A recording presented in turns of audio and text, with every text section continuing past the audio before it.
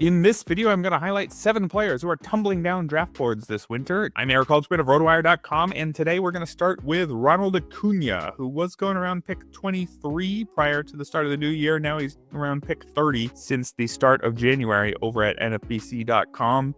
And the reason is that there's been a bit more clarity about his season debut as he works his way back from a second torn ACL. Seems like he's probably going to start the year in May, and man, it's just tough to include a player who's currently hurt within your first 2 or 3 picks, even one as good as Acuna. What if there's a setback? What if he misses not just 1 month, but 2 or 3? You know you're going to lose other players who are currently healthy. They're going to go down in spring training with something or other. So do you really want to start a man down? The opportunity cost in this part of the draft is just too high. But if you want to take a chance, some of the projection systems do still think he's worth it. ATC has him as the 14th best hitter. The BatX has him as the 4th best hitter. They're each projecting about 530 plate appearances for him. So we know the upside's there. We know he can run even after a torn ACL. He did that last time. He tore his ACL, stole 29 bases in 119 games. So in a league, especially one with playoffs, maybe you take a chance figuring you're going to get an extra first-round talent on your team when we get to September. Leagues without playoffs, though, it's really tough to pull the plug on a currently injured player this early in the draft. Next man up is Willy Adames, who was fallen from about pick 72 to pick 85 after signing with the San Francisco Giants. Just about the worst park for any hitter, nearly. Maybe Seattle's even worse, but San Francisco is about as bad as it gets. And then you add in the general skepticism that surrounds any player in the first year of a big deal with a new team. And we add in the fact that Adames, while last year he showed some speed at 21 steals, he'd never previously stolen more than 8 bases, and he's not a burner. He's only in the 50th percentile in sprint speed, so that may have been just a 1-year blip. However, you might want to go for him at his newer price. He's a 29-year-old, still in his prime, coming off an excellent season. 32 homers, 21 steals, hit 251, 4 straight years with a double-digit barrel rate. That's rare at shortstop, and, you know, maybe he's gonna run again. Maybe it wasn't a 1-year blip. So potential for profit. That potential will only increase as he falls further and further down draft boards. If you're enjoying this video, you might be surprised to learn that we made more than one. Hit that like and subscribe button to make it easier to find everything we've got going on, or head over to rotowire.com/try for free access to the site to check out rankings, articles, tools, and more. No credit card required. Back to the names, we've got Zach Neto, shortstop for the Angels, who was going around pick 165. Now he's just inside top 200 since the start of January, and the reason being that he underwent shoulder surgery in November. Got injured very late in the year. He also was a player who was tough to value before that surgery. He doesn't stand out in any one area, and he wasn't really expected to as a prospect. He had a good year last year, but that's really his only season, so we just don't know.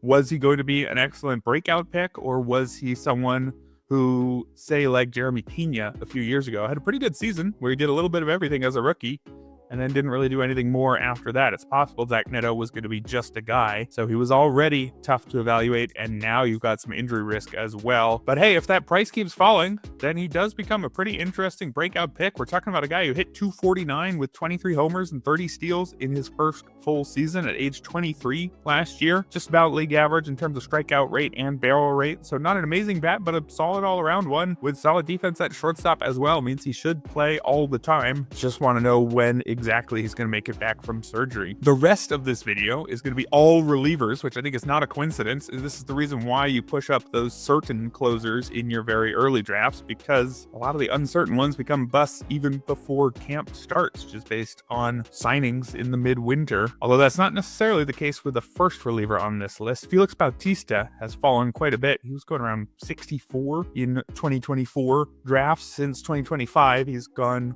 around pick 84. The reason for that, I would assume, would be skepticism about whether he'll be ready to close right away as he makes his way back from Tommy John surgery. Bautista underwent that procedure back in August of 2023, which you would think would give him enough time to be ready for opening day, but the Orioles say they're going to take it easy in spring training. They have not ruled him out for opening day, but gotta wonder if he's going to be slow played, even if he doesn't hit the injured list. Is he going to be deployed as the closer right away? Not entirely sure. Tough to have confidence in him until we see him in game action. What if he's just not quite the guy he used to be? That's not uncommon at all in your first year back from Tommy John. And the Orioles have options if Bautista isn't ready. Nobody on Bautista's level, but Sir Anthony Dominguez, Yenier Cano, Gregory Soto, Andrew Kittredge, all of them have some closing experience. They could get by for a few months if Bautista is not a shutdown arm yet. However, as his price continues to drop, we're gonna see one of the best closers in the world for one of the best teams around available quite late in drafts. When we last saw him, his numbers were stupid. 148 ERA, 092 whip, a 46% strikeout rate, and he's been throwing bullpen since August, so there's every chance he just is ready to go and is nearly the Felix Bautista we saw before. So as that price continues to drop, maybe he becomes interesting for the bolder drafters out there. Up next, we got Lucas Erceg, who was going in the early 100s. Now he's in the late 100s since Carlos Estevez signed with the Royals in late January, pushing Erceg from presumed closer to presumed setup man. Gotta assume Estevez gets the first chance to close there. Why would you bring in a veteran who has 57 saves over the last 2 years if you're not gonna have him close? But if Erceg's price drops further, maybe you want to take a chance in certain leagues. He looked like a closer down the stretch last year, saved 11 games, had a 32% strikeout rate against a 3% walk rate since he was traded from Oakland. That's beyond closer stuff.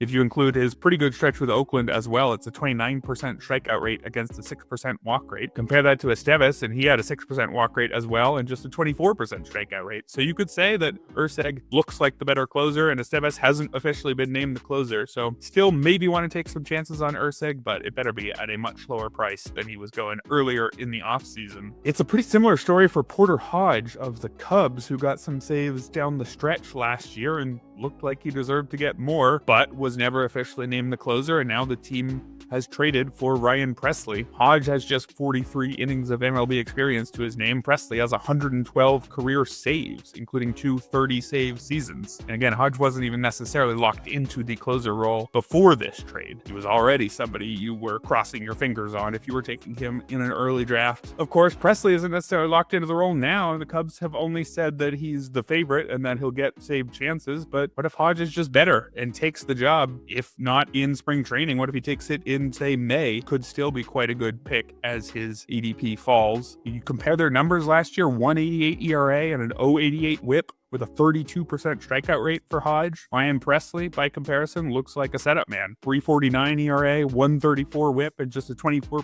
strikeout rate. Hodge does have a control problem, a 12% walk rate, and maybe he just needs a little bit more development before he is locked into the 9th inning, but he wouldn't look too out of place there right now. And finally, we've got Michael Kopech, who's fallen from about 184 to about 484 over the last week. Multiple reasons here. One being Kopech is revealed to be battling forearm inflammation, could miss some time to start the year, and the other 2 reasons being that the Dodgers added both Kirby Yates and Tanner Scott in free agency. That injury's bad for Kopech. Of forearm inflammation's often the first sign of an injury that ends up requiring Tommy John, although we should note he's already throwing, so maybe that won't be the case here. But there's also the fact that the Dodgers just don't care about traditional closer roles over the last couple seasons, and I think he'd probably say Kirby Yates and Tanner Scott are better than him, probably a little bit more likely to get the first save chances. Although, man, if he continues to stay well outside the top 400, I think it's going to make some sense to take a chance on Michael Kopech in some formats. The Dodgers are going to win a ton of games, and if Kopech is healthy, he's going to be part of their closer committee. And even as the 3rd member of a committee, he's going to get some saves. So in leagues where a partial closer is worth rostering, you know, ones that count saves plus holds or just